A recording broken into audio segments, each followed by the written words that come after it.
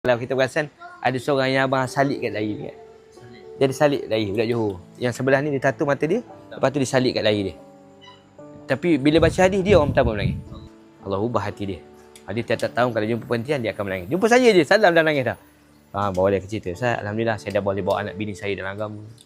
Guru ni memang hardcore belaka. Abang pernah ada ambil seorang anak buah abang.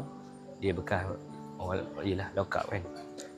Bila abang ambil dia kerja, masyarakat cemuh, bukan cemuh dia, cemuh abang.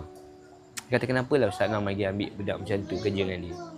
Esok habis barang tu dah tak ada kat kedai boleh tahu. Astagfirullah. Saya tak rasa apa-apa pada orang lain sehati. Padahal dia sejujur-jujur orang. Tapi kerana background dia salah dulu, orang jas dia. Akhir zaman ni, musuh kita utama apa dia bercakap? Suasana. Suasana ni lah yang kita nak jadi baik, duduk suasana tak baik. Macam mana nak jadi baik? Sebab tu sekarang ni, bila kau dah belajar kawal nafsu kau, pijak kawal hawa nafsu kau, percayalah dik, kita selangkah lagi. Selangkah dah ada dah. Selangkah lagi. Ini ujian yang kita tengah tempuh. Pesanan abang untuk adik-adik, jangan putuskan hubungan kita dengan masjid. Dan jangan putuskan hubungan kita dengan orang alim. Dik, esok dekat syurga, tak ada lagi cerita yang benda tak elok. Semua cerita elok.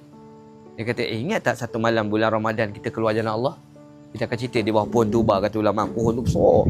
Dia kata, pernah kita duduk sama sekali, minum chai apa semua, kita duduk sekali. Dia kata, orang betul lah. Gembira. Tiba-tiba, na'udzubillah min zalik, kita cari-cari, ada member kita seorang tak ada lah. Mana dia pergi? Minta pada Allah, ya Allah, mana sahabat kami, ya Allah?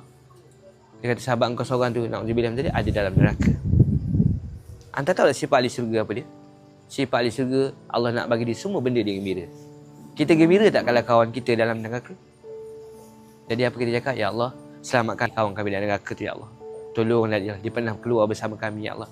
Dia pernah minum bersama, dia pernah cai bersama kami. Dia pernah cerita kebesaran kau, ya Allah, bersama kami. Ya Allah, tolonglah, ya Allah. Dengan rahmat kasih sayang, ambillah dia, masukkan dalam syurga.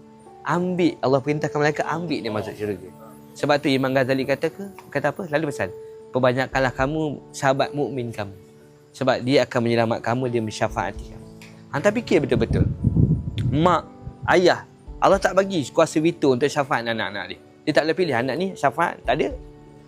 Allah bagi syafaat pada Nabi, ke Al-Quran, ulama. Tiba-tiba Allah bagi kawan, boleh syafaat kawan. Level mana kawan ni? Mana nak pernah cerita dalam syurga ada berapa pintu? Antaranya kawan-kawan mukmin, pintu tadi tu. Jadi dekat dunia ni, kita kena banyakkan kawan-kawan kita. Kawan-kawan baik yang bawa kita pada Allah. Kalau ada kawan kita yang bawa kita pada Allah, yang ajak, jom kita keluar, jom kita ni, jom kita solat, pegang kawan tu sampai bila-bila.